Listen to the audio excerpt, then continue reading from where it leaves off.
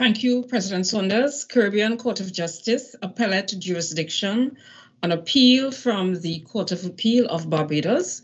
Hearing of the appeal in CCJ Appeal BBCR number 2 of 2021 between Commissioner of Police and Stephen Alleyne.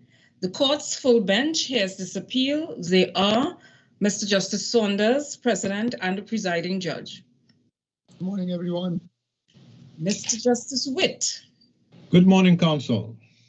Mr. Justice Anderson. Good morning, Counsel. Madam Justice Rajnutley. Good morning, everyone. Mr. Justice Barrow.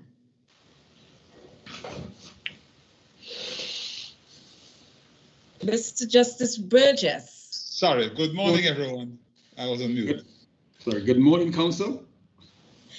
And Mr. Justice Jamadar. Good morning, everyone. May we have the appearances, please? Thank you. Good morning, Your Honors. If it pleases this honorable court, I appear on behalf of the appellant in association with Mr. Oliver Thomas. Yes. Good morning, me lads. Good morning, me lads and me lady. I appear on behalf of the respondent, Stephen Alleyne, who is present, and with me is Miss Alleyne, Miss Mariah Arthur, Mr. Enzi Granger, and Miss Nakasi Blair. Yes, thank you very much. Ms. Delaney, are you ready to begin your submissions? Yes, my lord.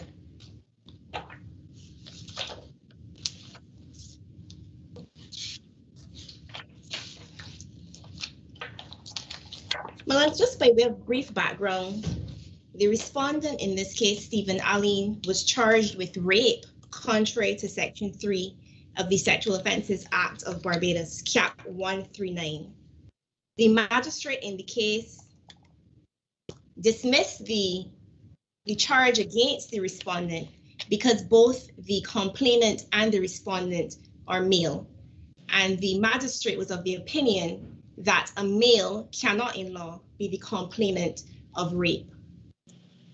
The decision of the magistrate was appealed to the Honorable Court of Appeal, and the appeal court, by a majority decision, upheld the decision of the magistrate and dismissed the appeal on the basis that a male cannot in law be the complainant of rape alleged to have been committed by penile penetration of the anus.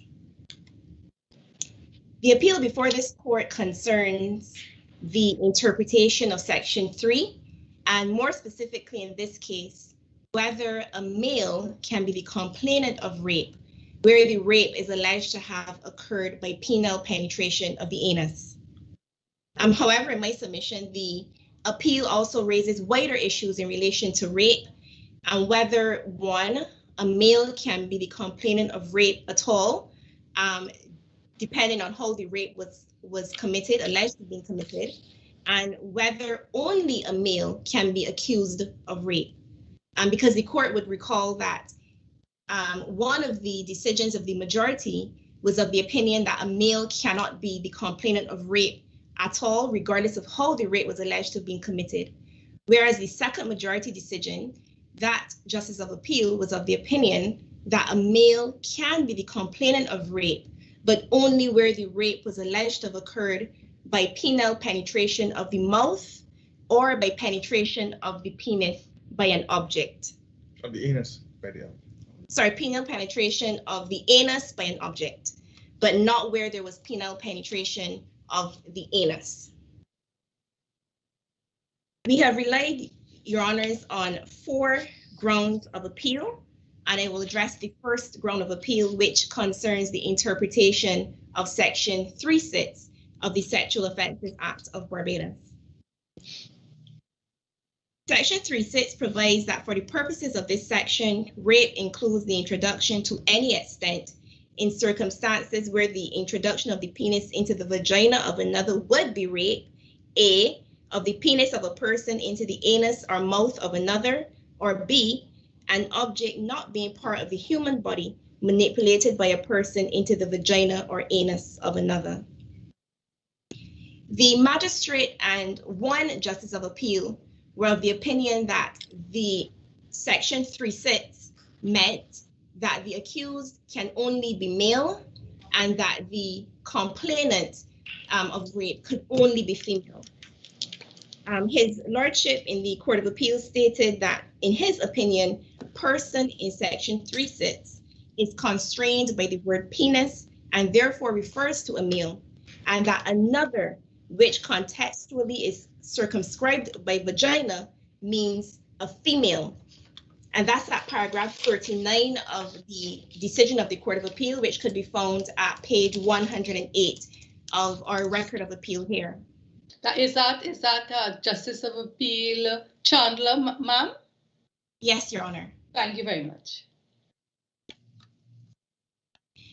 Is the appellant's submission, Your Honors, that Section 3(6) was not intended to define or restrain the gender of the perpetrator or victim of rape, but rather that section was intended to firstly extend the definition of rape to cover other types of sexual contact besides penile penetration, specifically to cover oral penetration of the mouth by a penis and also penetration of the anus or vagina by an object not being part of the body. And secondly is our submission that that section was intended to expand the definition of rape to make the offense gender neutral so that rape can be committed by either a male or female, and it can be committed against either a male or female. In relation to our submissions that the section is now gender neutral, I wish to refer the court to a Court of Appeal decision of Mark Hoyt.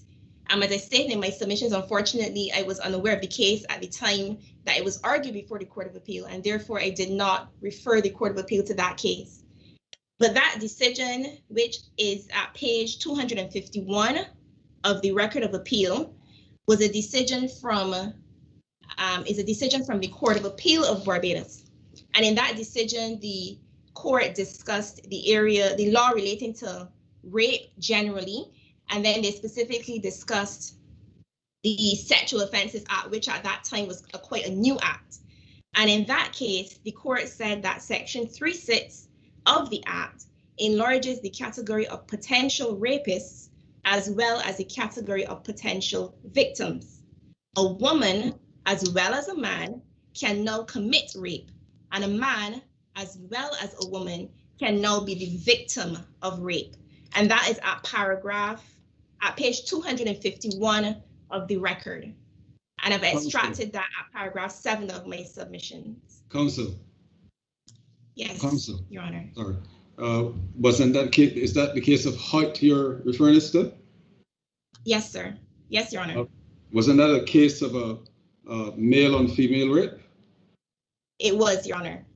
And isn't it that the Court of Appeal didn't go into any discussion as such of male on male rape, quote unquote? Yes, Your Honor. It was an obiter statement. That was not the issue. Sorry, if I may, it was not only obiter, but it was a single sentence, wasn't it? It was, Your Honor. It was a single sentence whilst they were discussing the new regime that was brought in by Cap 139.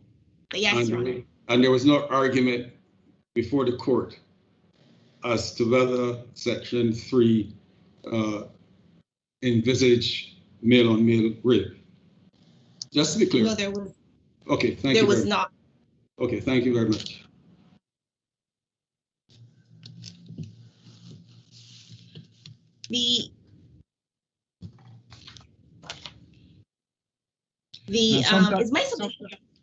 Sometimes there is no argument because it's absolutely clear. Isn't that also? That's my position, Justice Witt. Okay, great. Thank you. Ms. Delaney, I just wanted to let you know that Mr. Justice Anderson, although you're not seeing him, he's with us. We're having a little problem with his camera. Yes, proceed. Yes, Your Honor.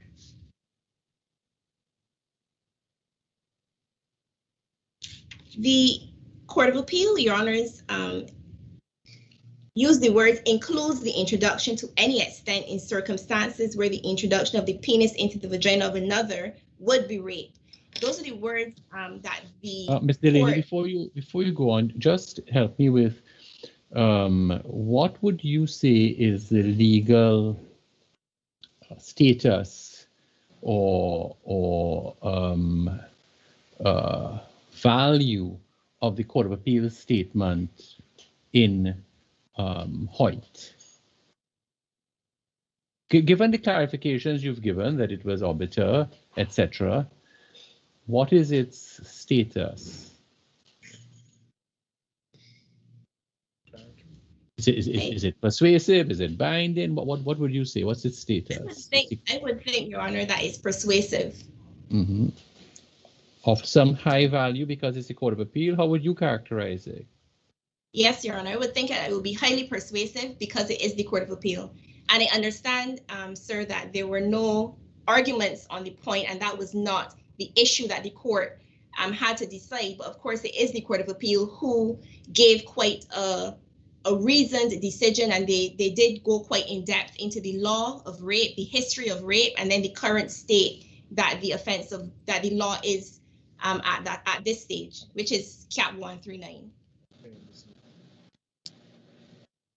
Thank you.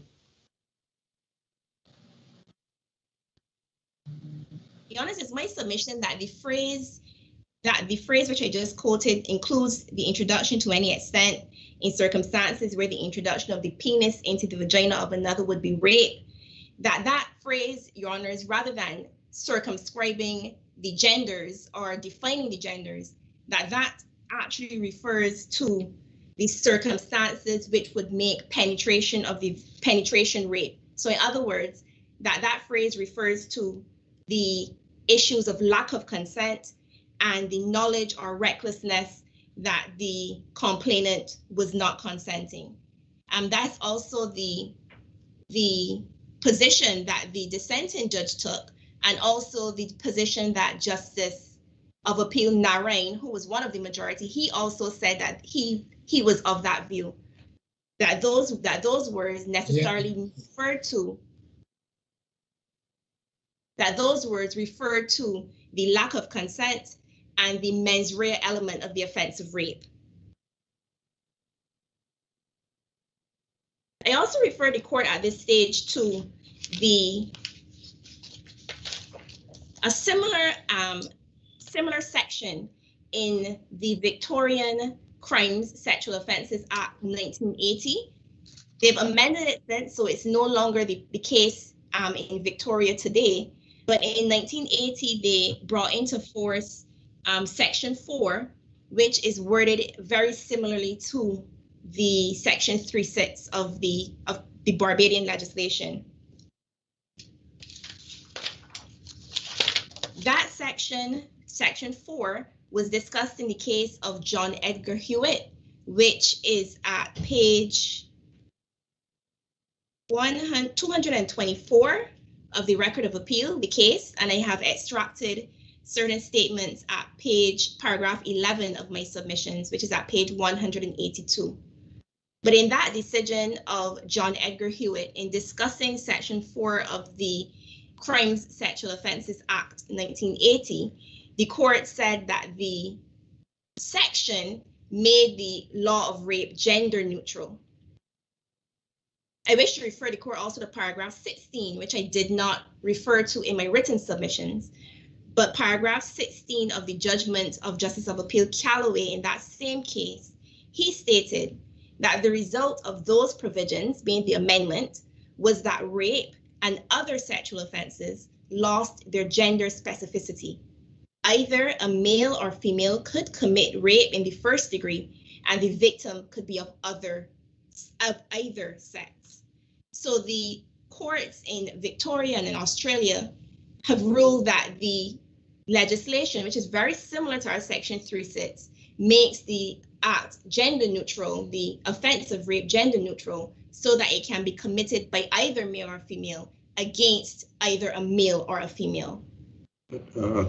Counsel, to be clear, yet again, this was the case of a male on female rape. The Australian case to which we refer Hewitt, that was a case of male on female rape, wasn't it? Yes, Your Honor.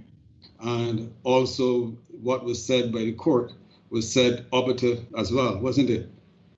Yes, Your Honor. Okay, thank you. Thank you very much.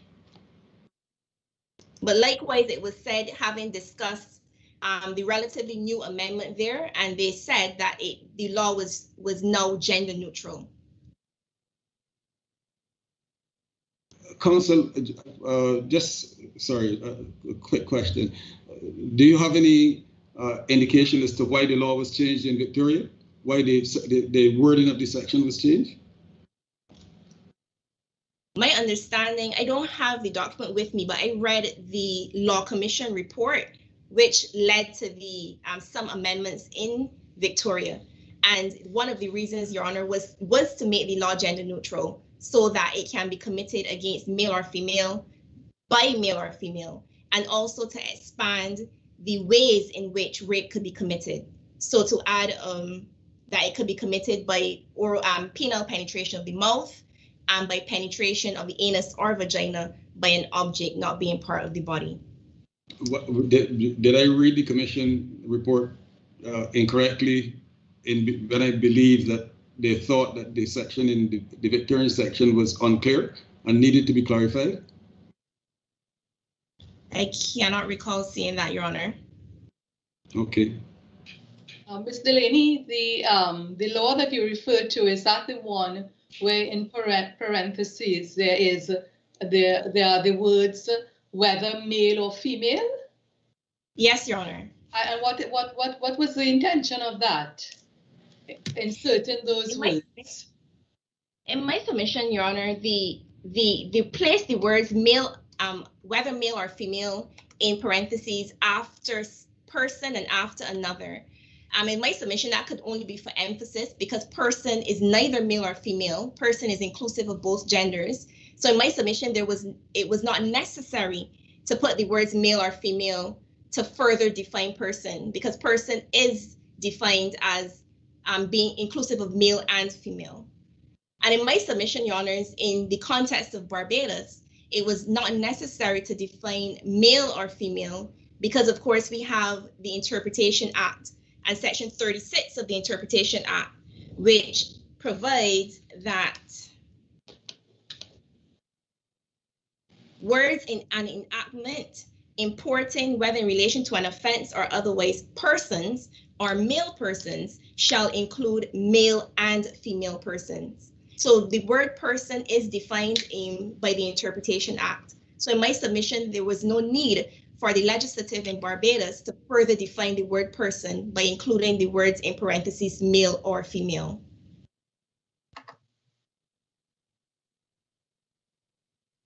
Was there in this act any definition of sexual intercourse, Ms. Delaney, in the Victoria Act? The Victorian Act, Your Honor, did not. The Victorian Act, rather than defining sexual intercourse, the Victorian Act defined rape. Right, so the Victorian Act defined rape as what we have in our Section 3.6, which is the definition for sexual intercourse in Barbados. So whereas in Barbados we have Section 3 that says it's an offense to have sexual intercourse with someone without their consent, and then we define sexual intercourse, they simply said that rape is an offense and they defined rape rather than defining sexual intercourse. Could you just direct me to where the Act says, the Victoria Act that says that rape is an offense? I'm looking for it. I have it up, but it's in your bundle, I believe. Yes, Your Honor. I don't have I did not file the original Act. I filed only the amendment, which defines rape, and that is at page 218.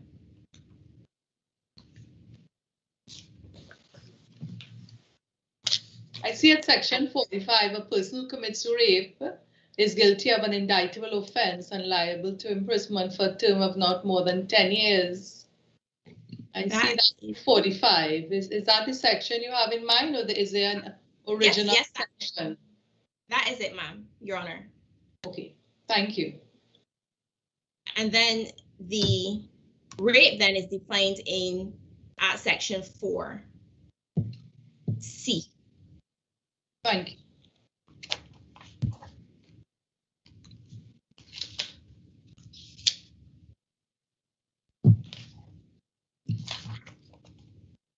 So my submission, Your Honors, in relation to ground one is that the Justice of Appeal erred when he held that Section 3(6) meant that the complainant had to be female and the accused had to be male.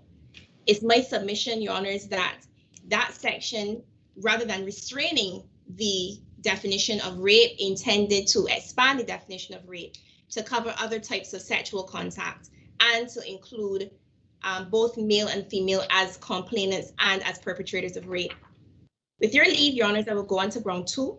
If I may, counsel, quickly, just for my edification, he was not charged under Section 3(6). That's a definition section. Yes, So Your he Honor, must was have charged contrary to Section 3(1). 3(1), precisely. So I'm trying to understand Section 3(1) and would benefit from your views on a person. Let me just, could you help me, counsel? 3(1). Yes, Your Honor. 3(1) is at page 196. Yes. First authority in the bundle. Yes, a person who has sexual intercourse with another person, etc. Yes. What are we to understand by sexual intercourse? How do you think the Act deals with that that expression, sexual intercourse? Is it the common law which is definition which is here, or understanding which is here, or is this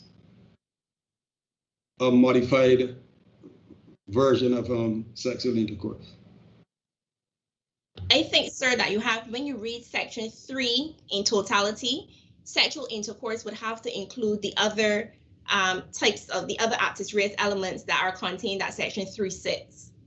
So that sexual intercourse would not be just the common law definition, which is penile penetration of the vagina, but that sexual intercourse for the purposes of rape would also now include forced oral sex, forced penetration of the mouth by the penis, and also penetration of the anus and the mouth by an object other than part of the body and by a penis.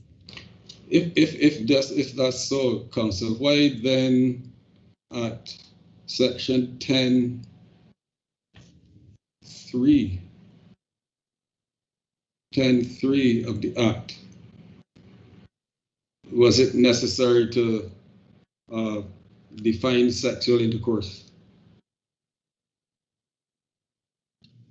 10(3), bestiality, sir? Yes, means sexual intercourse per annum or per vaginum.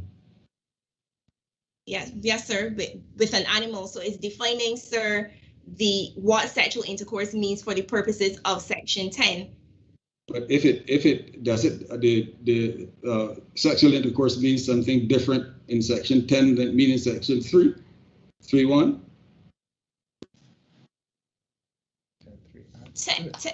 Sir, I think 10(3) specifies what sexual intercourse means for the purposes of bestiality. So a sexual intercourse would be per annum or per vaginum, because sexual intercourse, the common law definition of sexual intercourse didn't include per annum, you know? But it seems to me that 10(3) strengthens the point that you're making, because it makes it clear that sexual intercourse may be committed per annum or per vaginum, and whether by a male or female person. Yes, sir. So that it accommodates and strengthens the view that the purpose of this legislation was to make rape entirely gender neutral and to further expand it to include forcible penetration, whether by a penis into a vagina or an anus, or an object into a vagina or an anus. Isn't that the irresistible inference? In my submission, sir. Is there, Counsel, Counsel, sorry. anything that would support your view from the record of the proceedings in Parliament, which tended to show what the purpose of the legislation was? Sir, paragraph 25 of my submissions, which is at page 185, I did quote part of what the Attorney General said at the time during the course of the debate. And he said that the new bill restates much of the common law position in relation to rape so that it is not introduced rape as a new offense, which is what my learned friend on the other side has relied on. But the Attorney General did go on to state that there are some significant changes in the law relating to rape. And this new bill will make rape what we call a gender neutral offense so that it may be committed by either sex. So he did not go on to necessarily say that who the complainant would be. And I did read the entire debate, and they did not necessarily say who the complainant would be, but they did several times say that the offense would be gender neutral. And gender neutral, Your Honors, in my submission, means that the offense can be committed against a male or a female by a male or a female, and not simply focuses on just who the perpetrator is. Mr. Lane, can I just ask a question? For the purposes of Pepper and Hart, we can rely on Hansard for limited groups of persons. For example, a person who piloted the legislation.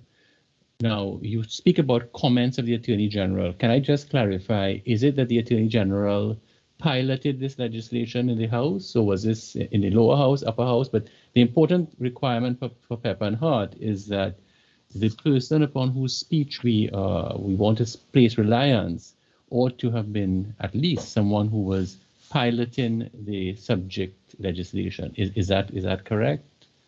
Is it Yes, that the Attorney Honor. General? Right. Okay. Yes, Your Honor, and I believe he did. And the Hansard, you cited the Hansard in your submissions. Thank you for that. But was permission given for use of these, or was it by agreement that the Hansard records could be used, relied on? If I could be honest, Your Honor, the only reason I cited the Hansard is because it was cited in the decision of the court. So, so before the Court of Appeal or the Magistrate, there was no request made under Pepper and Hart for the use of Hansard? No, Your Honor, and no, we did okay. not. But Justice Chandler, I'm assuming, therefore, on his own, went to Hansard. I won't ask you to comment on that, but for the moment, is that correct on the record that he on his own went to Hansard? Yes, Your Honor. Right. It was not referred to. Fair enough. Do you have the, you see, it's one thing to cite a part of what somebody says, but really for Pepper and Hart, we need to be told that the Attorney General, for example, piloted the bill in the House and give us access to the entire speech that he made, highlighting the relevant portions, because I'm not suggesting that in any way you are misrepresenting what the Attorney General may have said. But in fairness, at least I would prefer to see the original document. Did the Attorney General make closing? Were there any, if he was doing this for it to be gender neutral, were there any questions posed to him about it? And if so, I'm assuming in his closing rounding up remarks, he usually has the last word. The person who pilots has the last word at the end of the debates. Did he come back in that to the question of gender neutrality? Because all of that would help us if we are going to rely on Hansard, and maybe by default we are now doing that. It is useful to have all of that. Is that not correct? Yes. I completely agree, Your Honor. I wouldn't necessarily say that I am relying on Hansard. I just wanted to address something that was said by the judge. Yes, Your Honor. And it's not necessarily relying on it, but I can certainly share it with the. I can file it, Your Honor. I have. I asked to see it after it was in the decision, so I do have a copy of it, which I can file if the court requires me to. Yeah. For myself, subject to Mr. Holder's comments, he's entitled to make a comment on this. For myself, I would appreciate seeing the Hansard and certainly identifying who piloted the bill. You say the Attorney General, that's fine. And identifying the parts in his speech where he speaks to what you say. And I would also be curious to see what he said in his closing speech. Yes, Your Honor. I can't recall what he said in his closing, but I can say this, Your Honor. The issue of the bill being gender neutral was not debated at length. What was debated, from what I can recall, was the fact that even though the bill purported to be gender neutral, the section which speaks about whipping only spoke about whipping males and not whipping females, and that was discussed at some great length. But I don't believe, from what I can recall, that's fine. That's fine. But if the Attorney General, because this is not in your quote, if the Attorney General specifically spoke on several occasions about gender neutrality and/or explained what he meant by that, then of course that is of some salience to the business we're about. Yes, sir. Yeah. So may I look here? I'm looking here at the judgment of Justice Chandler, and he said exactly what you quoted, but he said a little more. And this is a citation of what the Attorney General said. What this new bill is proposing, Mr. Speaker, is that it may be committed by either sex, and I will just explain briefly. For instance, one of the provisions of the bill says any person, whether it's a man or a woman, manipulating a foreign object in the sexual organs of females, where such acts amount to rape. If the sexual organs had been the organs of a man, then in those circumstances that would be rape. So here you have clearly that he says, well, the perpetrator could be male or female. That is the intention. But then in his thinking, well, at least what he expresses, he thinks about the victims in terms of females.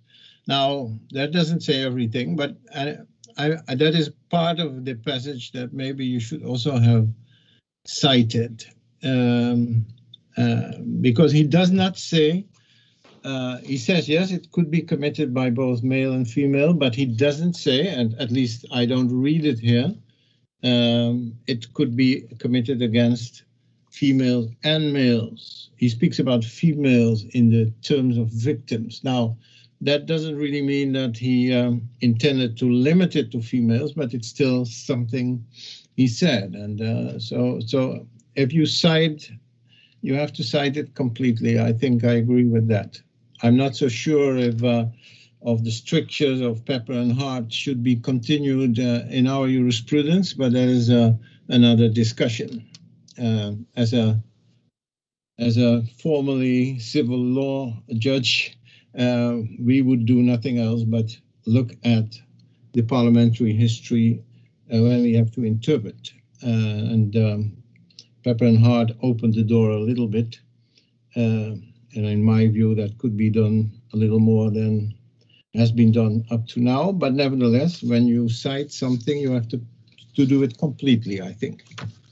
Since I'm the one who probably opened this door, and I sense you might be willing to move on, can I just clarify with you? So in the first instance, you are saying that you are not relying on the parliamentary debate, because in your view, you think the wording of the section in which the gentleman was charged is clear. Yes, Your Honor. And you only go to the record of the parliamentary debate where there is some degree of unclarity. Yes, but nonetheless, in response to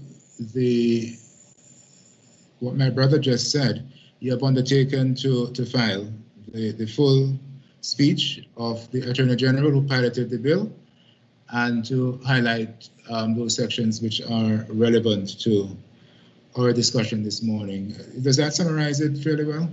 Yes, Your Honor. And only to add, sir, that I only addressed it in my written submissions because it was within paragraph 41 of the decision.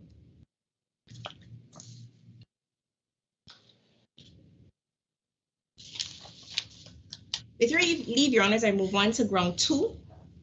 Sorry, Counsel, before you move on, would it not be the fact that there is as well legislative history, which you have cited, the Victorian legislation, for instance, which indicates quite clearly that from the 1990s, the concept of gender neutrality in relation to rape was introduced legislatively. 1980, sir. 80, right, even earlier.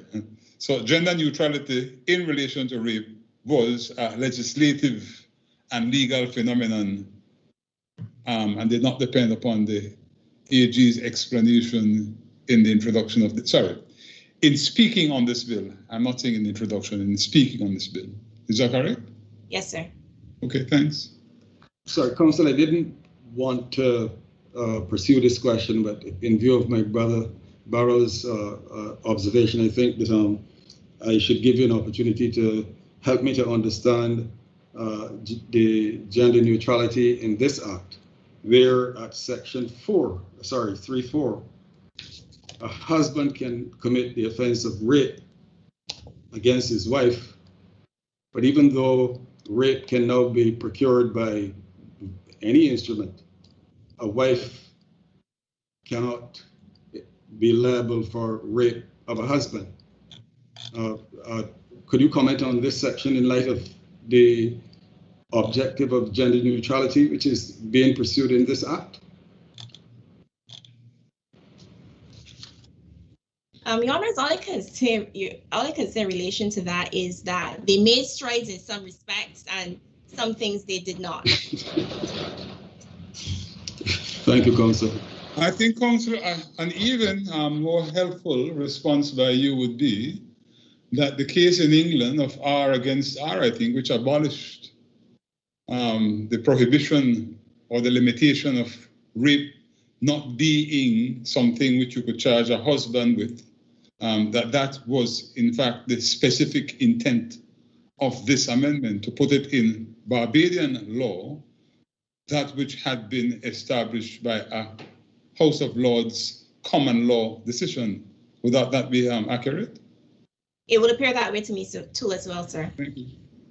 But wait, if a husband, if a wife, I'm sorry, takes a physical object and shoves it up the anus of her husband without consent, isn't that rape?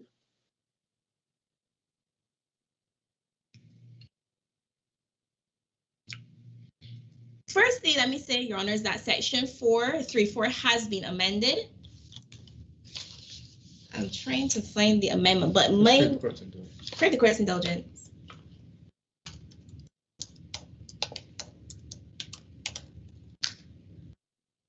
Section 3.4, as I'm reading it, I'm not sure what the amendment says. It speaks to specific conditionalities. It has been amended. That was amended, sir, in 2016 or 17. And that section now reads that a husband commits the offense of rape where he has sexual intercourse with his wife without her consent, by force or fear, where he knows that she does not consent to the intercourse or is reckless as to whether she consents to the intercourse. So even though they made the amendment. So that's fine. That does not assist the point I'm making.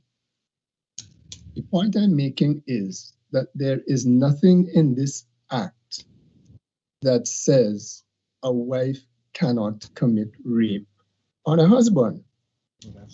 The fact that section 3.4 speaks to what a husband can or cannot do does not detract from the possibility that it is possible for a wife, according to this act, to rape her husband. Yes, Your Honor, I agree. Yes, go on to your second point. Your Honor? Yes, Your Honor. No, I was just wondering that given the point is not before us, whether you wish to commit yourself in such emphatic terms. But nonetheless, we're moving on, so fine. Your Honors, ground 2 concerns generally whether a male can be raped.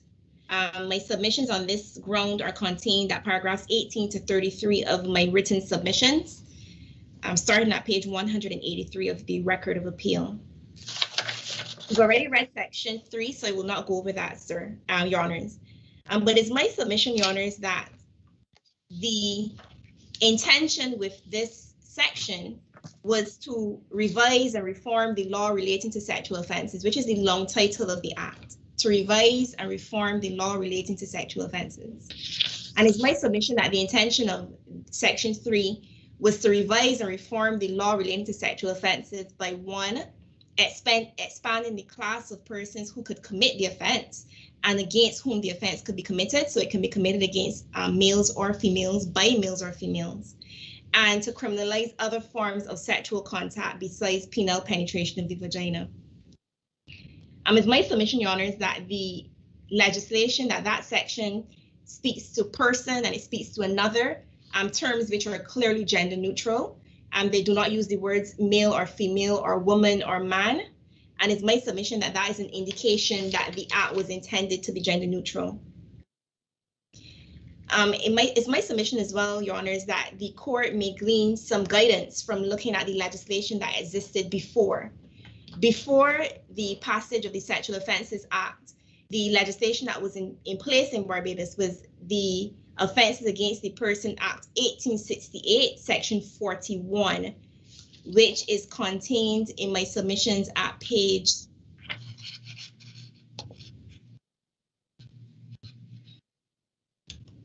3 of the Court's indulgence.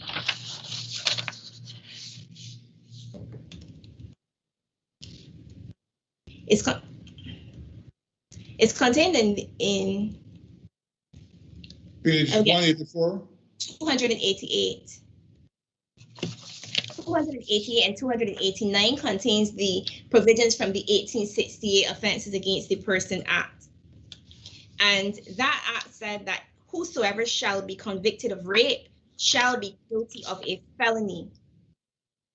And the act, that portion of the Act, Section 41 and 42, was entitled Protection of Women and Girls.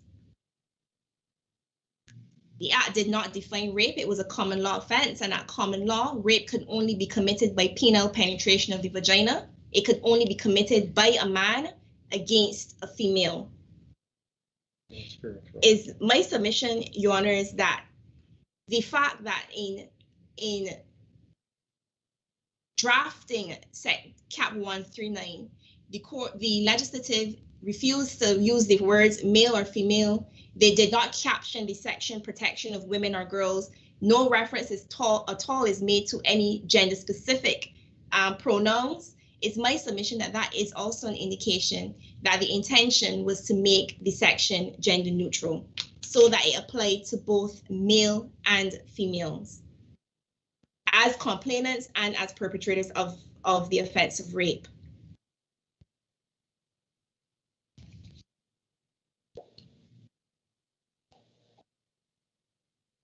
The Justices of Appeal, the majority, held that given the existence of Section 9, which is the buggery offense, that it was an absurdity for anal sex to also be covered by Section 3. So penile penetration of the anus could not be covered by Section 3, in the opinion of the majority, because we also had the existence of Section 9, which is buggery.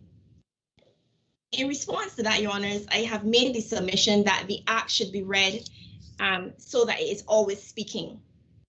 I've referred the court, Your Honors, to the case of the Queen and Ireland and Burstow, which says that bearing in mind that statutes are usually intended to operate for many years, it would be most inconvenient if courts could never rely in difficult cases on the current meaning of statutes.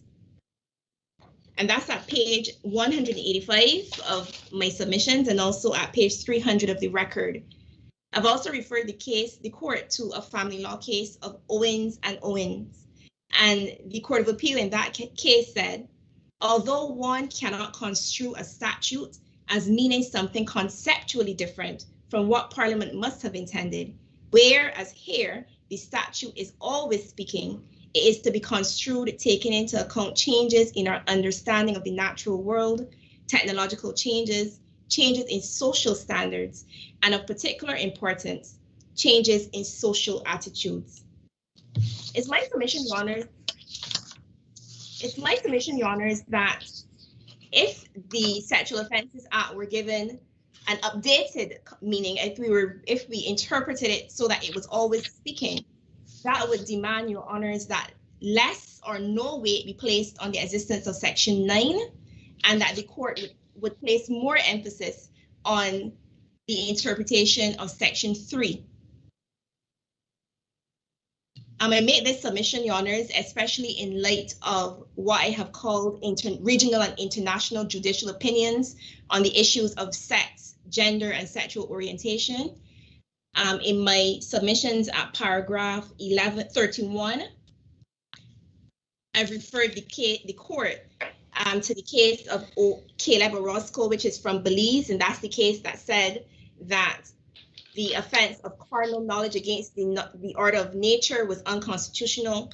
We've had the case from Trinidad, Jason Jones, which says that buggery was unconstitutional. I've referred the court as well to a case from India, which I didn't print because the judgment was over 500 pages. But that the court in India have also held that carnal knowledge against the order of nature is unconstitutional. This court as well, in the case of Quincy McEwen, said that the offense of cross-dressing was unconstitutional.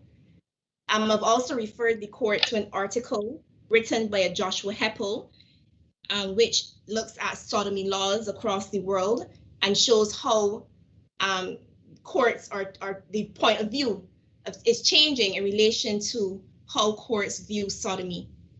So my point in relation to that, Your Honours, is that there's a shift, there's a what we call a global shift away from these sorts of offences, and it's my submission that in light of that shift and in light of what I call regional and international judicial opinions, that no weight, little weight or no weight should be placed on Section 9 when the court is interpreting Section 3.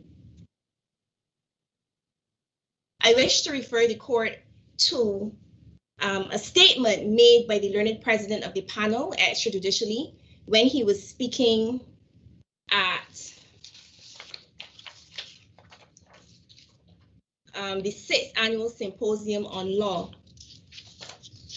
And in that speech, Your Honor stated that we must be willing to interrogate in a bold and honest manner the laws and practices we have inherited from colonial times. Do they represent who we are and what we stand for? Do they advance our Caribbean civilization? Have they outlived any useful purpose? Should we as independent and sovereign nations simply accept laws from a particular era, no matter their provenance or impact, simply because they were bequeathed to us as colonies? And even though this was not bequeathed to us as a colony, because the act is a 1994 act, 1992 act, the act did put on a statutory footing the offense of buggery that existed from before. So we made the conscious decision at that, well, the decision. What placed that offense on a statutory footing? The Parliament of Barbados? Well, yes, sir, in Section 9. And the Parliament, this is the Parliament of Independent Barbados? Yes, Your Honor. Right, so I'm not quite sure what reference to colonial laws have to do with this, with respect. To make the point, sir, that the Section 9 does not define buggery. It's still the common law. It's what existed before. Similarly, sir, Your Honors, too, in the case of Quincy McEwen, there had been, even though the court, it existed from colonial times, there had been amendments, but the court still, in my submission, they still considered it to be a colonial, something that they inherited from colonial times. And likewise, even though buggery was made a statutory offense by virtue of Section 9, it was not defined. And so the common law is still what persisted in relation to what buggery is. So nothing changed in relation to that. Yes, well, that's a huge discussion, which I'm wondering whether we have to get involved in this case. I don't know what you think, but do we need to go into the meaning of Section 9 in this case, given your earlier submissions? No, Your Honor. Yes. Do you want to expand a bit more on why we don't need to go into a discussion of Section 9? Well, Your Honor, the case concerns the interpretation of Section 3. I've been very careful in my submissions not to delve into Section 9 because that's not the issue before the court. But insofar as the Court of Appeal has held that the existence of Section 9 has influenced their interpretation of Section 3, I've addressed Section 9. Because in my submission in the year 2021, we should not place so much emphasis on Section 9 that we are now.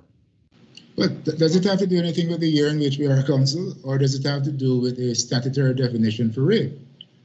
And if the statutory definition for rape applies in the case before us, why do we need to go any further? Now, I would understand if the case before us involved a situation where there was consensual intercourse between two males, because then that would definitely get us involved in looking at Section 9. But that is, as I understand it, not the case here. So I'm just trying to understand why or whether we need to involve ourselves in a consideration of Section 9. Your Honor, I completely agree with what you said. I certainly don't think that we need to be involved in an argument, a discussion in relation to Section 9 at all. I think that Section 3 can be looked at by itself. I've raised the argument simply because the court below, the majority, they were of the opinion that the mere existence of Section 9 meant that Section 3 could not also cover penile penetration of the anus. Of course, I don't know how this court is going to decide this issue, so I'm just covering all my bases and discussing all the issues that arose in the Court of Appeal. But I certainly am I am also of the opinion, Your Honor, that it should not be that relevant. It doesn't arise, and that Section 3 can be interpreted on its own. It's an important question, of course, and it may well arise in the future. And if it were to arise in the future, I imagine that the Attorney General would likely be involved, because it would involve a case of consensual intercourse. If it's not consensual, then it's Section 3. Yes? That's my opinion. That's my submission. But if it is consensual, then there is no victim per se, no individual personal victim, and therefore it would be the Attorney General, I imagine, that would be in charge of bringing the prosecution, and certainly would then be able to benefit from the views expressed by the Office of the Attorney General, where in circumstances this morning we don't have the benefit of those views. Yes, Your Honor. Thank you. I'm not sure if the court would wish me to say this, but I can say, Your Honor, that there are currently cases before the court, similar to what you just spoke of, Your Honor, pending a decision. But my understanding from speaking to my colleagues at the Solicitor General's chambers is that they have not objected to the argument that the Section 9 is unconstitutional. You are therefore saying that as far as you are aware, this issue is squarely before the courts at present. The constitutionality. Yes, Your Honor. Okay, thanks. Just clarification, Ms. Delaney, that matter is before the Court of Appeal of Barbados? It's before the High Court. It came up for hearing in September, probably about mid-September. One of my colleagues at Solicitor General's chambers, who has conduct of that matter, indicated that they did not object to the unconstitutional point, but they made other points in relation to the way forward. Thank you very much. And I know I've heard, Mr. Justice Anderson, what you said, but I just wish also to point the court to a document that I only discovered very recently. I didn't have the opportunity to file it, but it's the Charter of Barbados. It's the proposed Charter of Barbados that will exist once the country becomes a republic. And just to say, Your Honors, that in Article 1, they say that all Barbadians are born free and are equal in human dignity and rights, regardless of age, race, ethnicity, faith, class, cultural and educational background, ability, and this is the part I'm reading it for, sex, gender, or sexual orientation. We therefore reject in our community all forms of oppression, intolerance, discrimination, and abuse, whether mental, verbal, or physical. And just remind us when that is to take effect, ma'am. It doesn't say, it simply says right now is the proposed charter. It does not say when it will take effect, but I imagine from the 30th of November. Perhaps my colleague, Mr. Holder, can assist the court with that when it's his opportunity. And the expectation is that that will be passed through the Parliament as a statute of the Parliament. Do you know? My understanding from hearing a speech on it is that it will not have the effect of a constitution. It refers to itself, sir, as a document that acts as a national benchmark of progress and the affirmation of our most proudly held values. That's what is said in the document that accompanied the charter. Yes. Is there to be, ma'am, a new constitution, a Republican constitution, as we call ours in Trinidad and Tobago? Is there to be one for Barbados? I'm not sure, Your Honors, but I see Mr. Holden nodding his head. I don't know if he can assist the court on that. Okay, thank you. Yeah, thank you, Mr. Lenny. Now, I would like to go back to this particular point. It wasn't clear to me how the existence of Section 9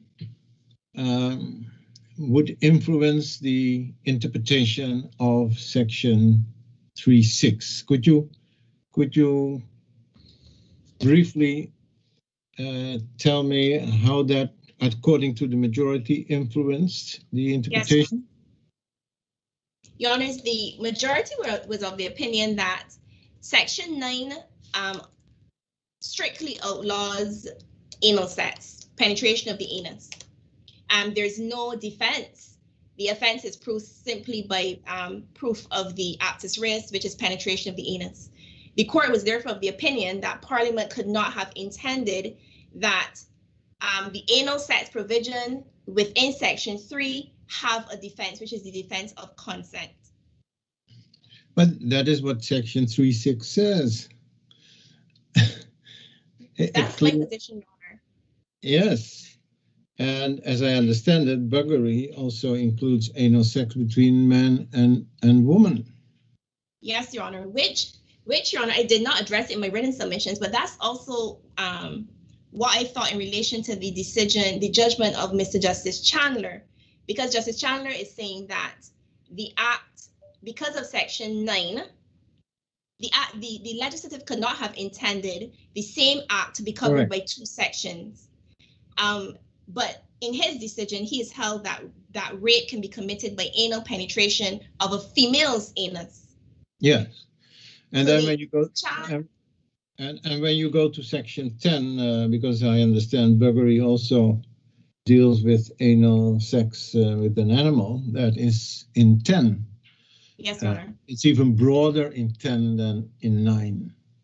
So these provisions partly overlap, which is not, of course, the best thing, but it exists. And so I couldn't see how that could influence the interpretation of Section 3.6. Yes, sir. But and you were saying, well, I can't see that either. Yes, Your Honor. Okay. It's rather curious reasoning. Yeah. Because I suppose one can say that instinctively you would think that, well, if the penalty for rape were greater, then there is a basis for the distinction, but the penalties are the same. The point is, though, that even though the penalties are the same, and even though there is an overlap in the actus reus, so far as it is male on male, it seems to me that a judge, for example, handing down a sentence in a case of consensual buggery would naturally hand down a far less sentence than in a case of rape. So that the reasoning that Section 9 can somehow distort or serve to influence the interpretation of Section 3, I just find it very, very curious. Just leave it at that. Yes, Your Honor. And also, is there not provision in the Interpretation Act which anticipates that you could have an act which is criminalized under different statutes? But it happens all the time. There are several acts, there are several offenses that overlap. Yes. Yes, Your Honor. Which is also the point I've made in relation to ground 3 as well, Your Honor.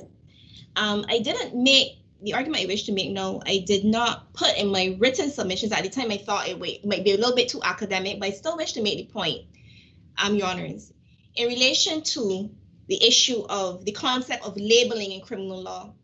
And it's my submission, Your Honors, that even though penetration of the anus as an actus reus is covered by both Section 9 and Section 3, Section 3, the major difference or the important difference is the lack of consent. And it's my submission that it's important that we label offenses correctly based on the facts. And in this case, there was a case of penetration of the anus, and there was the accompanying lack of consent. And it's my submission, Your Honors, that the offense of rape and the label is therefore fitting to these circumstances. That's precisely the point I make in the offense of rape. Even if one says, okay, buggery is an offense and it's the same actus reus, the offense of rape is a far more serious offense than the offense of buggery. Yes, Your Honor. And even though the statute indicates that they carry a similar maximum sentence, nevertheless, given the ingredients of the two offenses, it is very difficult to see how a judge will sentence someone for buggery to a greater or even similar punishment than one would sentence someone who is convicted of rape. The lack of consent is such a very important aspect of the rape that it colors the very substance of the offense. Yes, Your Honor, that's my position as well. And I wish to refer the court to an article which I have in my bundle of authority, page 366. Is an article entitled "In Defense of Gender Neutrality Within Rape" by a Mr. Philip Rumney in the Seattle Journal for Social Justice. And one of the things he says in relation to labeling is he says at page 355 of the record, the importance of appropriate labeling should not be underestimated.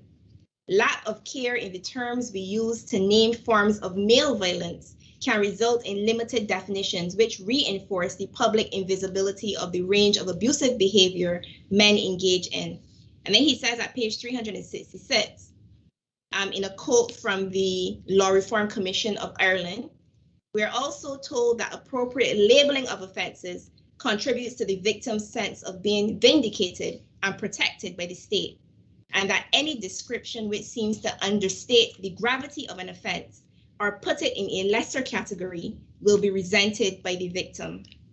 Okay. So that's what he says in relation to labeling. If I can move on to... Mr. Lenny. I didn't catch that, sir. You're running out of time.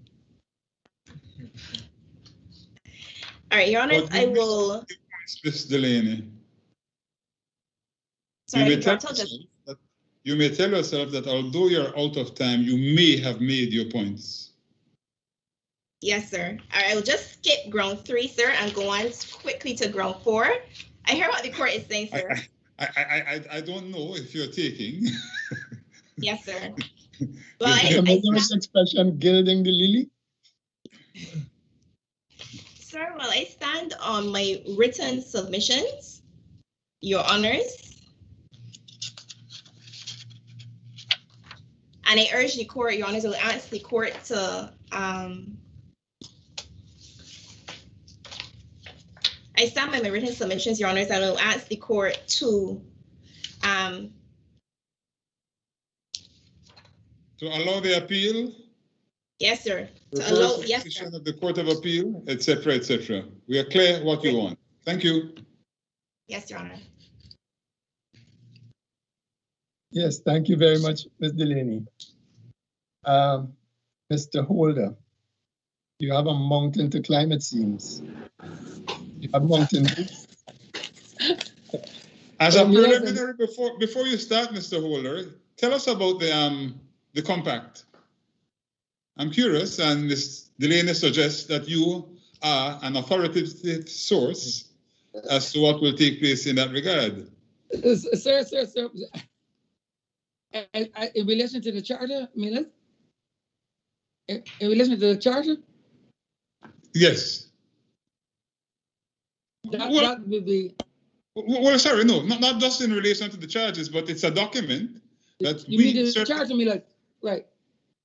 The charter will be part of what our philosophy is going forward, and it is hoped that shall commence from the 1st of December. We will also there will be a new Republican Constitution, and that will be the subject of intense public consultation before stage by stage, step by step, before that is done. And that will commence early in the new year. I am benefited from your sharing. Thank you. I first want to start with a point raised by one of Your Honors, and that is in relation to the Pepper versus Hart, the issue that was raised by one of the justices. Justice Chandler wrote to the House asking for the Hansard to inform the court that a formal letter was written to the Speaker requesting the extracts from Hansard, etc. So that if the court does not have that full extract, I can get that full extract for the entire court. And why I do believe that it is important, because in what the Attorney General say that the bill, so as a result, there was not any robust debate in relation to the bill as what this Court of Appeal had. The Court of Appeal did not have the full extract relative to what was said in the select committee and the second reading of the bill, and when the Attorney General wrapped up the bill. That is not, the Court of Appeal was not did not have sight of this here, and based on what the Court of Appeal had, is just there was very limited debate in relation. There was actually no debate in relation to piloting the bill at the first instance. So that is all that was gleaned from the Court of Appeal. They do not have the full extract as it relates to what was said and if there was robust debate, etc., in relation to the intent. So that this court, for the Court of Appeal to really see the intent and purport of the legislation using the instrument of Pepper versus Hart, I do believe that this court can obtain the entire debate on the bill so as to place it in a better position relative to what was the intent and purport of the Honorable Attorney General when he piloted the bill. So, Mr. Holder, you are agreeing to place that before us in short order? You said Yes. you have. Yes, Your Honor. I actually spoke to the Clerk of Parliament this morning in relation to this. I actually did speak to the clerk this morning. So I've been read the how long do you need to file it? Miss Delaney agrees, consents. How long do you need to file those papers before us?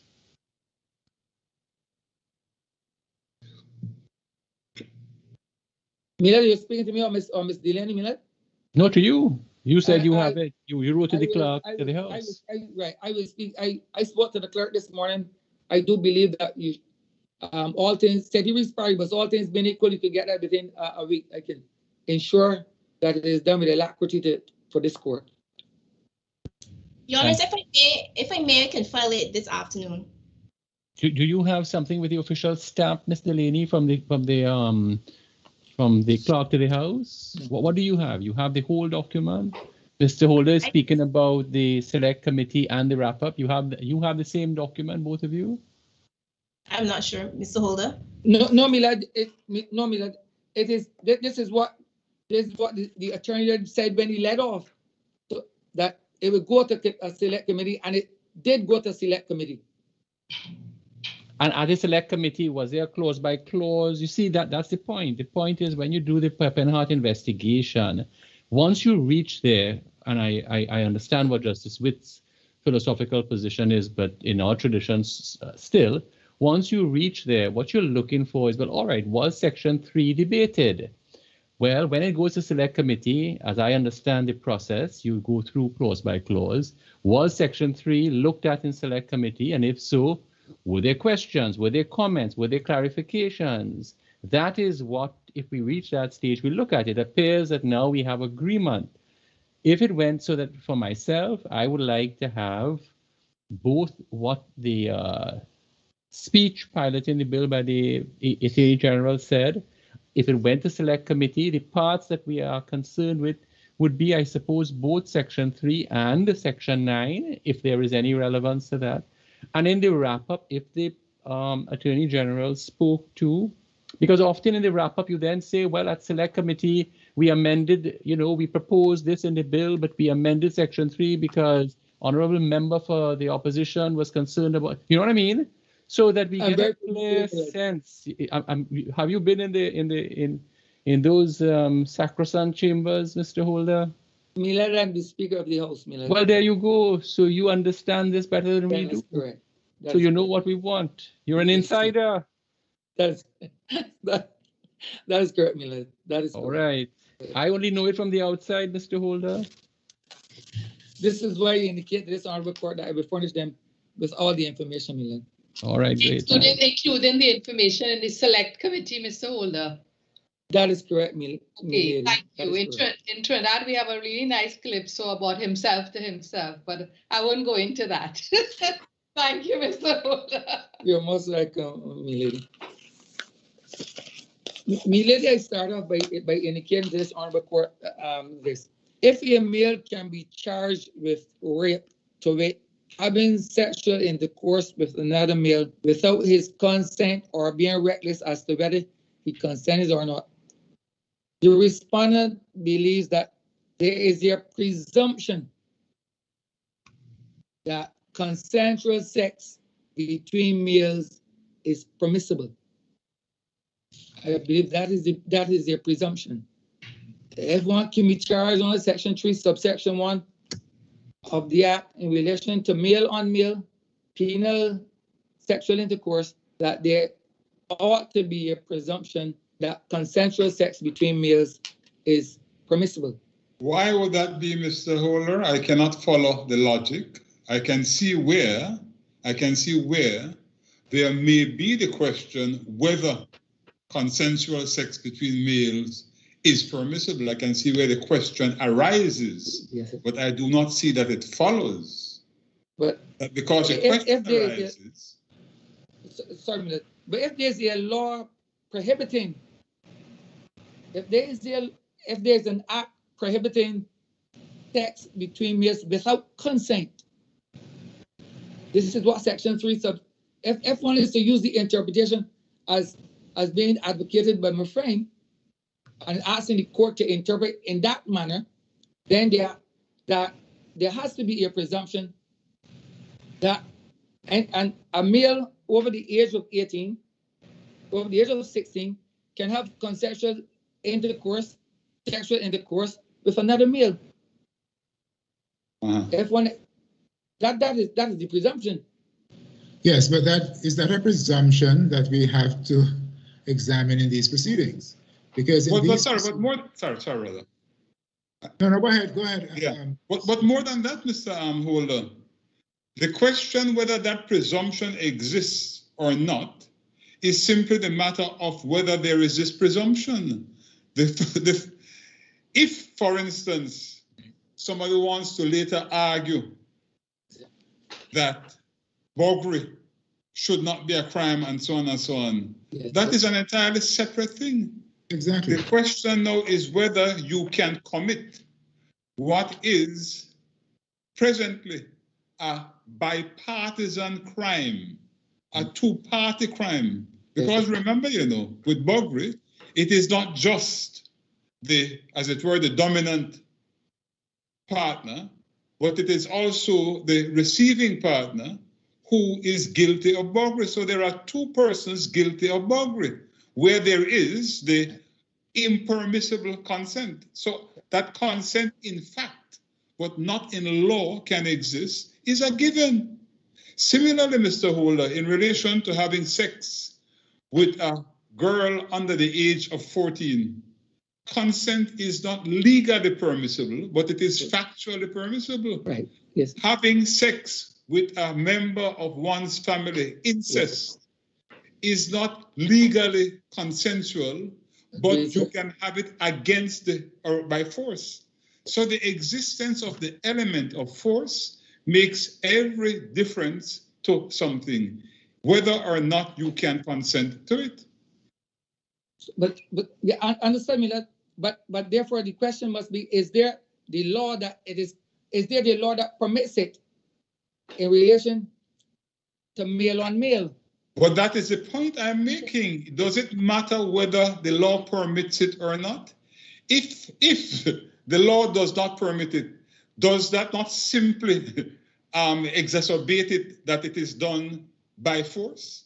You are doing something which is in itself is illegal, and then you are doing something by force. So you are doubly criminalized in your conduct, doing an unlawful thing, yes, and then doing an unlawful thing in a forcible and therefore unlawful manner. I think that the analogy with incest and rape is a perfect analogy. Absolutely perfect analogy. A father can rape his daughter. You can't say that because I suppose one might then say, well, then you look at the penalties and so on, and the penalty for burglary is now the same as the penalty for rape, male rape.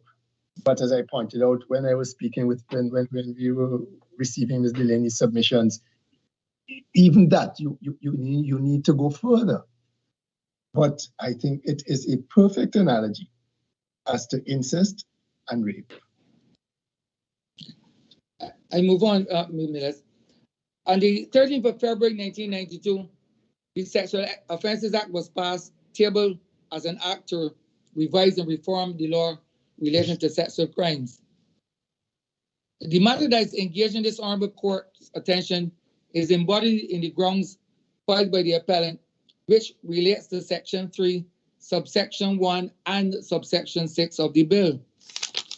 And my friend already would have read the Section 1 and the Section 6.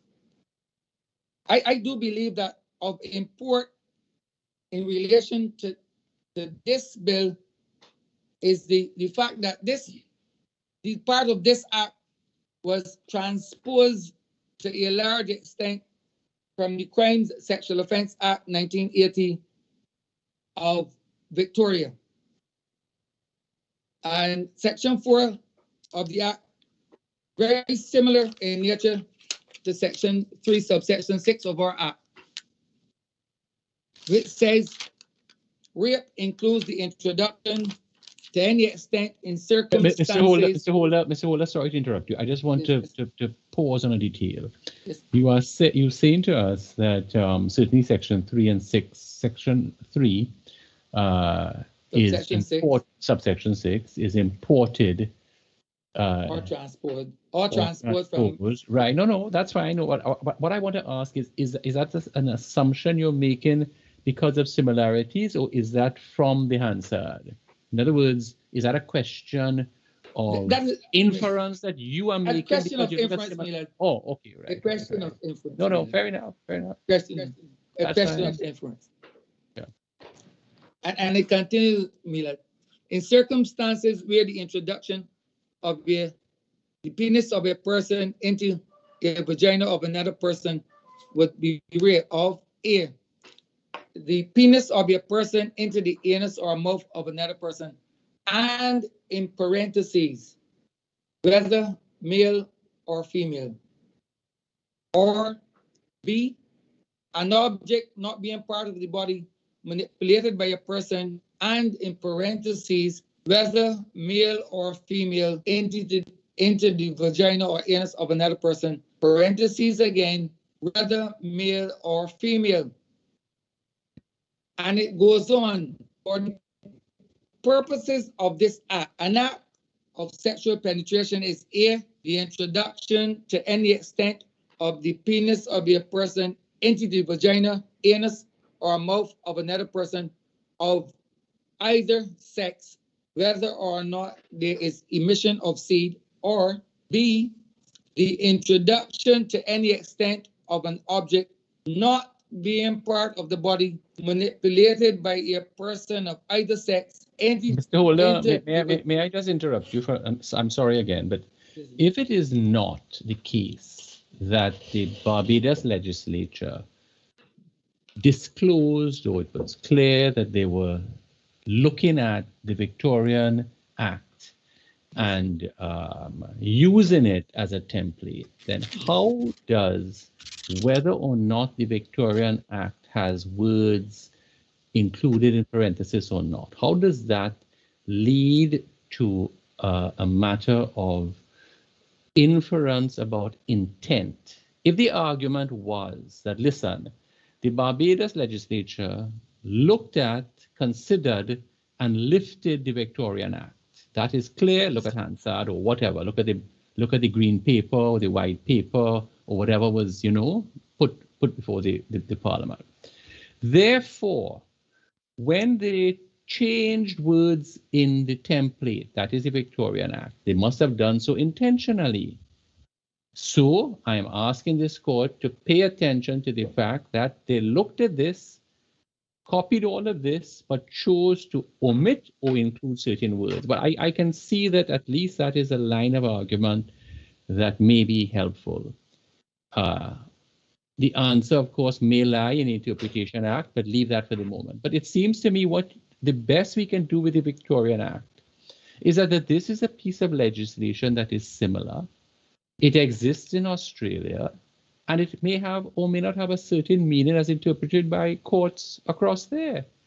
But does that help us with our task of statutory interpretation to look at this new piece of legislation in Barbados and see what the sections mean? Because I'm just struggling if what you're trying, if what I think I read and if what you're going to say to us is, Victoria had these words, we left out these words, therefore we did not mean man or woman. Well, that is the inference that I'm asking this court to draw. Except to say there is nothing that says, to set up that argument, you have to be able to say that they were looking at this template, intended to use it, and then chose parts selectively. Well, then we can say, well, why did they leave out something or include something? But when I asked you earlier, you told me, no, there is nothing that suggests that Barbados looked at the Victoria Act or intended to use it as a template. And therefore, this is just a similar piece of legislation in Australia. That's all it is. That's the only value it has, together with what courts may or may not have said about what its words mean. That's the only value. To add to my brother's, sorry. No, I'm finished. To add to my brother's comment, Mr. Holder, it occurs to me that a Barbadian draftsman is perfectly entitled to take the view, and with respect, Caribbean pride, I support it, that I can draft better than what they did then, one.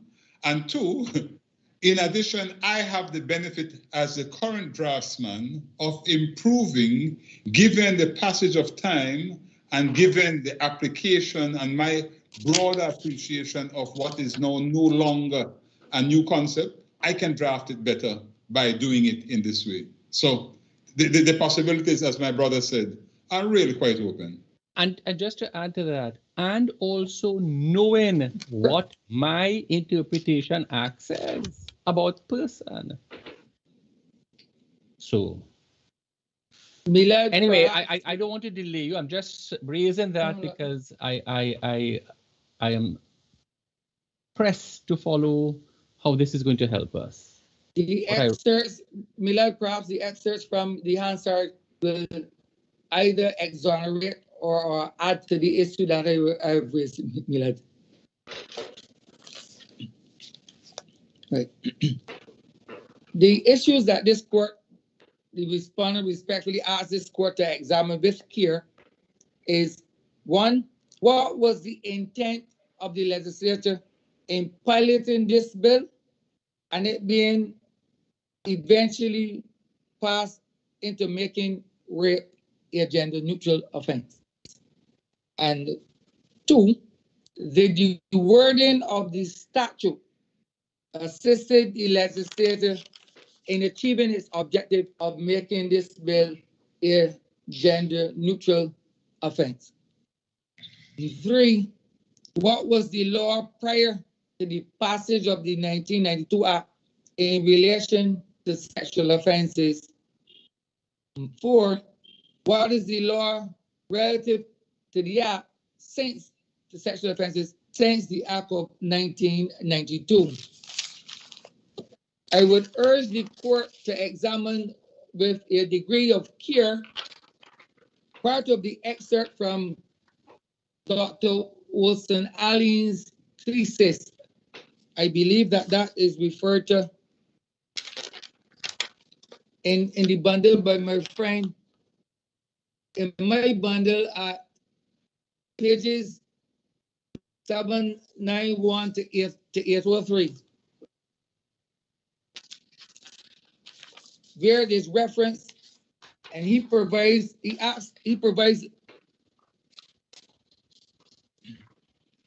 dicta. The court, does the court have it, sir? Page 80, is page 801, you know? From page 801.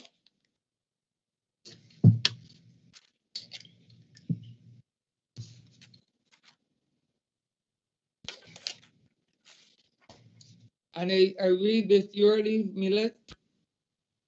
Section 3, subsection 6 gives rise to another concern. While it is clear that perpetrator and victim may not be of either sex, uncertainty exists as to whether rape may be committed where the parties are both of the same sex. Section 3, subsection 6 provides that the additional modes of committing rape must occur in circumstances where the introduction of the penis of a person into the vagina of another would be rape. What does this mean? The provision would seem to be capable of two interpretations. It is arguable that the quoted words were merely intended to incorporate those elements which transform natural intercourse into rape, i.e., an absence of consent and the requisite mens rea. If this interpretation is adopted, rape could be committed by a person on a member of either sex. However, It is also arguable that in addition to the ingredients set out above, the words under consideration require that the parties to the act be male and female respectively. Since it is only in such a circumstance that a penis can be introduced in the vagina. If this interpretation is adopted, the parties must be of opposite sexes. This Mr. Hold up. No, sorry, pause again. Which words is he focusing on there? Male. No. Penis introduced into the vagina. No, I'm sort of struggling. I'm a little lost. I'm sorry. This is from Dr. Alleyne, right? Yes. Yeah. Right, but he is commenting on the section, is he not? Section 3, subsection 6. Right. Okay, good. I get that much. So he is saying something about the words. Is he commenting on the word circumstances? Where? Since it is only in such a circumstance that a penis can be introduced into the vagina. Right. So he is saying that is he saying that is ambiguous or only open to one interpretation? No, it's open to more than one, he says, Miller. Right. Okay, fair enough. So let's suppose it. So he is saying 6 is open to more than one. One of which could be a heterosexual event, right? Yes. Okay. Well, I don't follow how that helps us. President, I think you're on mute. I'm not here. I'm not hearing me, like. No, I think the president. Yes, I'm sorry about that. I was on mute. Yes. But he does go on to suggest in very emphatic terms his view that, in fact, the minister and the parliament had intended that the interpretation was one in favor of same-sex rape. And he actually cites words of the Honorable Maurice King to support that view. That is correct, Miller. So, Mr. Holder. But that is in relation. Yes, all right. Sorry, that's what I'm saying. That is in relation only to the excerpt. That is why I'm asking this court to have the full answer in relation. So, all right. So, Mr. Holder, let us be very clear on something. Whereas Ms. Delaney was of the view that there was no need for us to look at Hansard because the words are. I'm trying to follow what you're saying, that the words are clear in and of themselves, and so as a matter of law, we should not have regard to Hansard. You are saying, at the end of the day, we are trying to discover what is the intent of, what is the meaning of, what is the purpose, right? Okay, good. We agreed on that task. Is it your case before us that it is critical for this court to understand what Section 3 means, all of it, that we must have regard to Hansard because under the rule in Pepper and Hart, there must at least be a measure of ambiguity or uncertainty, which requires us to have clarity. I put Justice Witt in parentheses, correct, right? Yes. Because Justice Witt is not agreeing with that. All right. So you are relying on Dr. Alleyne. Are you relying on that to trigger a submission that we need to look at the Hansard to discover intent, meaning, purpose? For clarity, that is correct, Milan. All right, I'm just trying to understand. All right, fair enough. Mr. Holder, I'm also trying to understand if it is that you say that there is ambiguity in the section and that we should perhaps look at what the Honorable Maurice King said or all of the debate, including the select committee, this ambiguity that you speak about, how does that affect your client? Can your client be charged for rape if what you say is true and the section is ambiguous? Milady, that is a very important question. It's how the ambiguity is resolved. This is how the ambiguity is resolved. Then it can say yes, that he can be charged or he cannot be charged. So this ambiguity is resolved. Because the question of if it is ambiguous, then this court must look beyond the words to use a constructive, a purposive construction of the act. So that's why I'm urging this court, and that can only be gleaned from having the speech in its entirety, milady.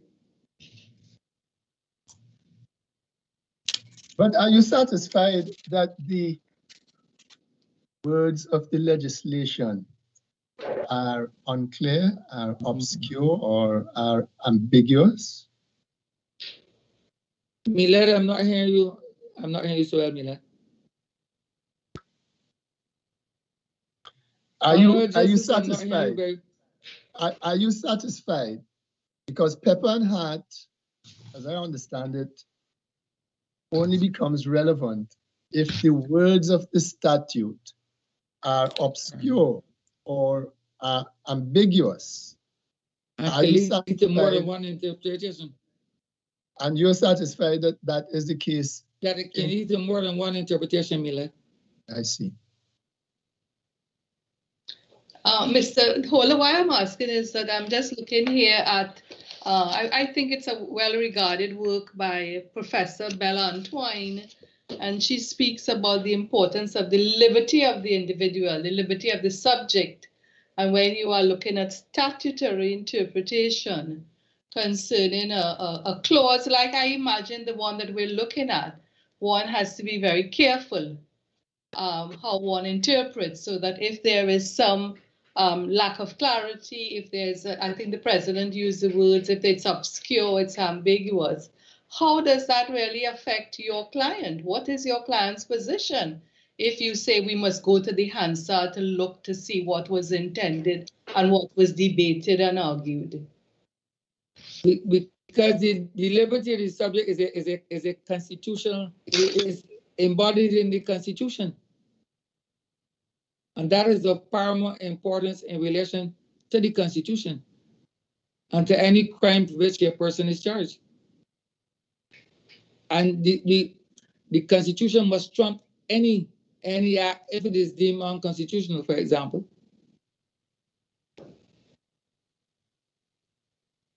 Yes, and what is the conclusion?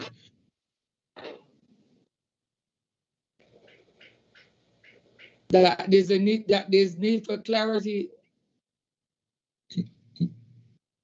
Yes, of course there is a need for clarity, certainly when you are charged, but I think it is absolutely clear to your client what he is accused of in factual terms. The only debate we have is under which provision does that fall. But the accusation is very clear in terms of fact. Isn't that so? Yes, it was better under Section 3 and or under Section 9. Milad, is that what you're saying? Well, I'm saying that he is accused, the factual accusation, what he did was clear. That's very clear. The only discussion that we have is, does that fall under Section 3 or should it fall under Section 9? Yes. Agreed, Milad. Agreed, Milad. And the respondent's position is that it should fall under Section 9, Milad. Mm-hmm. That is the respondent's position. We were also talking about we were also talking about the intent of Parliament. Now, of course, it's important to know what Parliament intended, but I think there is still a difference whether you are in a parliamentary democracy or in a constitutional democracy, because Parliament may have an intent that is unconstitutional, which infringes the Constitution. And if that is the case, then constitutional law would influence the interpretation of the act. Would you agree with that? That is correct, especially, Milad, given the fact that we have signed on to UN conventions, Milad. Mm-hmm. Under the specific charters that we have are part and parcel to and that we have ratified, Milad. And I would have made reference to in my bundle in relation to. I would have made reference to in my bundle at page 89 to 851, the International Covenant on Civil and Political Rights, which would touch and concern on the said Section 9.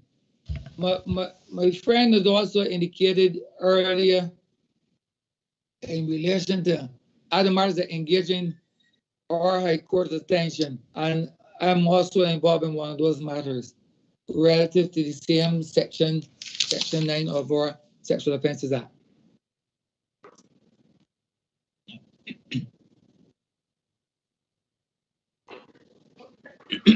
I continue, Milad. Now, before you continue, please, Yes. I heard in response, I believe, to my brother Justice Witt, Yes. you're suggesting that your client should have been charged under Section 9? Yes, Is that what you yes. said? Yes. But I thought that Justice Barrow had indicated a difficulty with charging your client under Section 9. And I thought you had conceded the point so that you said you were going to move on from it.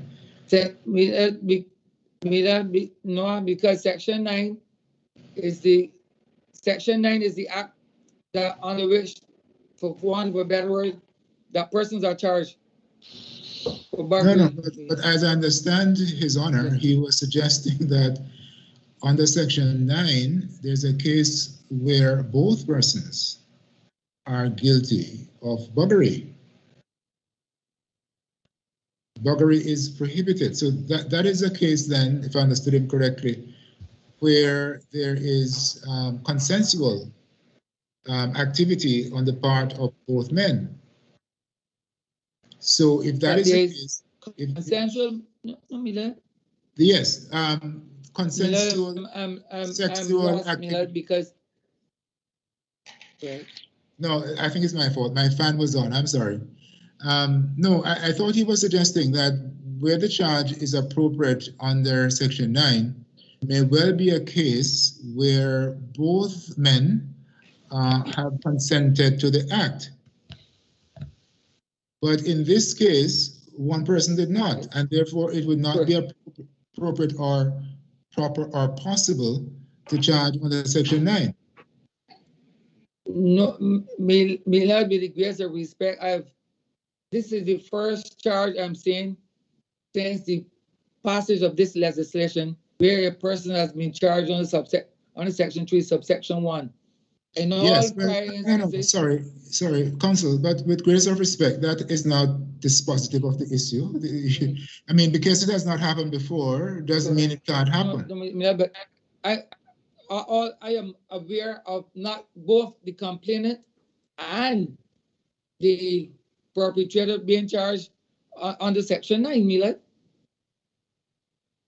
You are aware of other cases where there has been buggery without consent?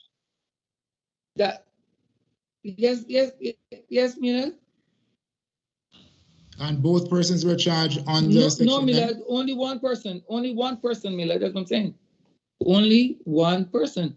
And Milad, I might be fortunate or unfortunate. I have a case before the High Court involving Section 9, Milad, which is due for hearing rather shortly. And only one person, Milad, that is the alleged perpetrator, has been charged, Milad. I accept that, but could we sort of, for want of a better word, reimagine the operations of the sections along the line that His Honor had suggested? That is to say that where there is consent, then the proper charging section is Section 9. And if there is no consent, then the proper charging section is Section 3. I hadn't thought of it before, but I must say that it makes, I think, for the lack of any collision, such of the kind that you are suggesting there is in this case. Milad, I would be guided, but I've never, Milad, it is this is new to me relative to that, Milad, in relation to Section 9. I'm not quarreling that. I mean, for the interpretation of it, Milad. That's what I'm saying, Milad. Yes, I'm not quarreling that it is novel to you. In fact, I'm saying as well, it's also novel to me. But I thought the way that he expressed it provides a way of reconciling 3 and 9, and I think it could remove the difficulty that you seem to have. I am in the court hands relative to the demarcation of Section 9 and Section 3 as it relates to consensual and non-consensual, Milad. But Mr. Holder, at common law, was there any limitation on buggery to only consensual relations, whether with man, woman, or beast? At common law, was there, in other words, the crime of buggery, is it a crime that is limited to consensual relations? Or No, is consent? No, okay, right, yeah, thank you. It's not, Milad. Mr. Holder, could you took us to an interesting place a short while ago for male on female buggery. Let's use that term. Is that something that the charge was brought under Section 3 or Section 9? Male on female. I think both, Milady. I think I've seen some under both. Thank you. Both 3 and 9. Mr. Holder, you were speaking about a case you have in the High Court where the accusation is based on Section 9. Is that the case where your defense is that Section 9 is unconstitutional? Yes. Okay, so that I can understand why you would prefer your client to have been charged under that section. Thank you. I see it as the relevant section for which it to be charged, But Mr. Holder, Mr. Holder, since you're actively involved in those cases, Ms. Delaney spoke to us on information and belief. But you can speak to us about direct knowledge. So there's a different quality, probative value. Is it correct that in the matter before you, the Attorney General has conceded the unconstitutionality of Section? Ms. Delaney says she acted on information and belief, right? But what is the position on the record? Is that correct? Milad, the case that my friend would have referred to, there are 2 cases currently before the court. I am involved in one of them that has had 2 hearings today. I would have filed all my grounds, etc. And the Attorney General has replied. So there is no case management to be conducted, etc.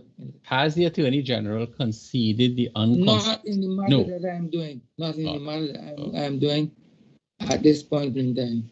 In any event, Counsel, I imagine that these are matters that might come to us at some point. That is correct. Yeah. Right, so maybe we should be a bit circumspect in how we... Yes, that is correct. If there was a concession on the record, I was just interested in that detail because it would be a concession on the record. That's why I asked you, Mr. Holder, because Ms. Delaney was speaking of information belief, which I accept we should not regard, but if it was on the record, it would be different. But it is not, so let's move on. But Milady think Ms. Delaney would have more privity to that matter than I do, given that those chambers are aligned, so that my friend, she would speak from a degree of information also, because of the alignment of both chambers.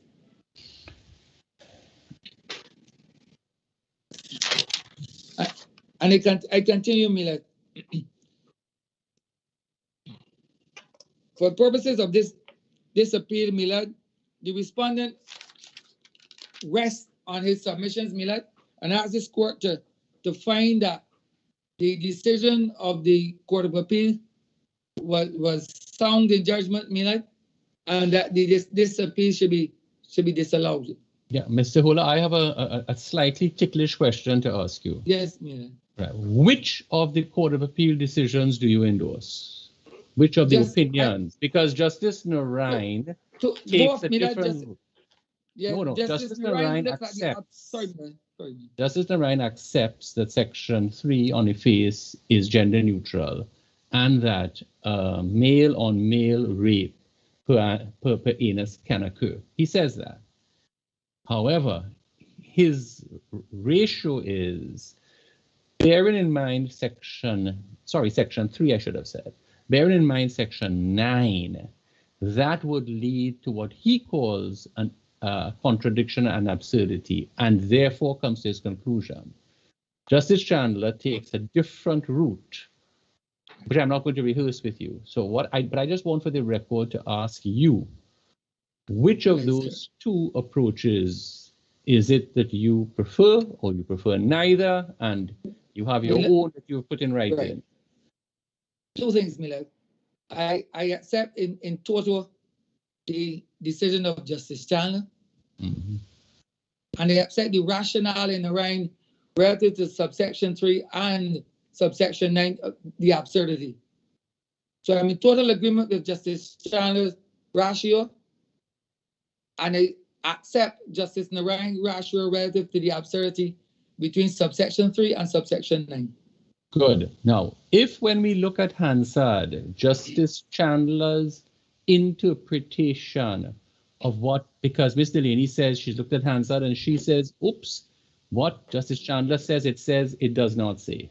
You're going to put it before us. Do you agree that if when we look at Hansard, we do not form the interpretation that Justice Chandler placed on the Hansard, specifically that the intention of Parliament was to create a gender-neutral approach to the crime of rape? Without me explaining that in detail, I think we both know what that means. Yes, Millett. Would it then mean that at least Justice Chandler's argument falls away? That part of your argument collapses.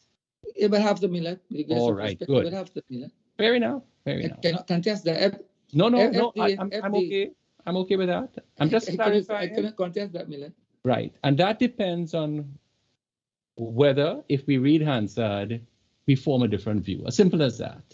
Agreed? That is good. Agreed, Millett. When we come to Justice Narine, if it is that there is nothing irrational or absurd with there being, for a single factual matrix, several offenses that can arise for which charges can legitimately be laid, subject only to the proviso in Section 11 of the Interpretation Act.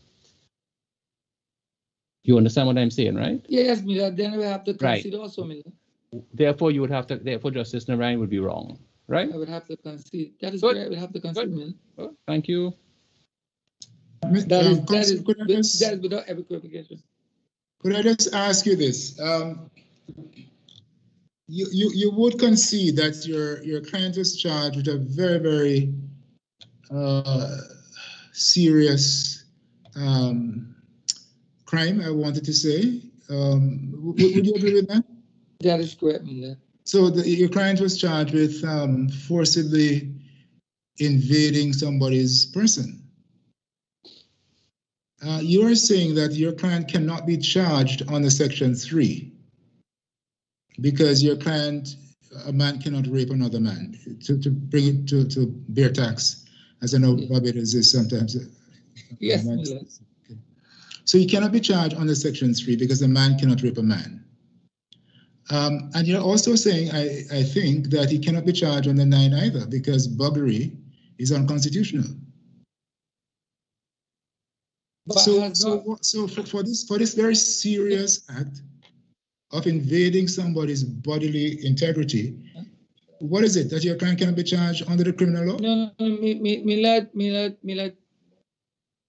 Remember, I am saying that 9 was the appropriate section for which he should have been charged. Is Section 9 constitutional in your view? But that's a debate. Millett, that's debatable. But I'm saying that is the only, that Section 9 is I'm saying that only section, you can only be charged based on the law. Based on the law as it presently, the constitutionality of that will be debated. But I'm saying based on the law as it's presently constituted, That is the law. Unless determined otherwise by a court of competent jurisdiction, it is my submission that that is the section under which you ought to be charged. Until determined otherwise by another court, Milad. But you would argue for another court that it's unconstitutional. Don't answer that. I'm sorry, I didn't mean to. I will not answer that, Milad. I will not answer that, Milad. Thank you, Mr. Holder. Thank you too, Milad. Is that the end of your submissions, Mr. Yes, Holder? that is correct, Milad. Those are my respectful submissions. Okay, thank you very much. Ms. Delaney, do you wish to say anything in response? Well, that's only to say in response to something that Mr. Justice Jamadar raised, His Honor Justice Jamadar. I'm not suggesting that the quote by Justice Chandler was incorrect. What I quoted at my paragraph 25 was actually something contained in his quote. So I'm not saying it was incorrect. I'm just emphasizing a particular portion of it, of the quote that he had in his decision. Nothing else in response, Your Honor. Yes, but you didn't quote it in its totality, correct? I did not, but I did refer to the paragraph 41 Yeah, that sure. has the entire quote, but I did not quote it in totality. Probably because I was constrained by the 10-page. I tried really hard to compact my arguments. Well, I think you've compounded it quite well. Grateful, Your Honor. All right, so thank you very much, Counsel. Naturally, we will take some time to give our decision in this matter, and we will let you know when we will give our reserved judgment. As a court. Madam Justice, Deputy Registrar, can you please? Just a matter of time, President. Just a matter of time, I suppose. Freudian slip. Thank you, President Saunders. Thank you, Mr. Justice Witt. Thank you, Mr. Justice Anderson. Thank you, Madam Justice Roger-Nutley. Thank you, Mr. Justice Barrow. Thank you, Mr. Justice Burgess. And thank you, Mr. Justice Jamadar. Thank you, Counsel. And thank you to the staff of the Caribbean Court of Justice. This court now stands adjourned. Good day to all. Thank you. Yeah.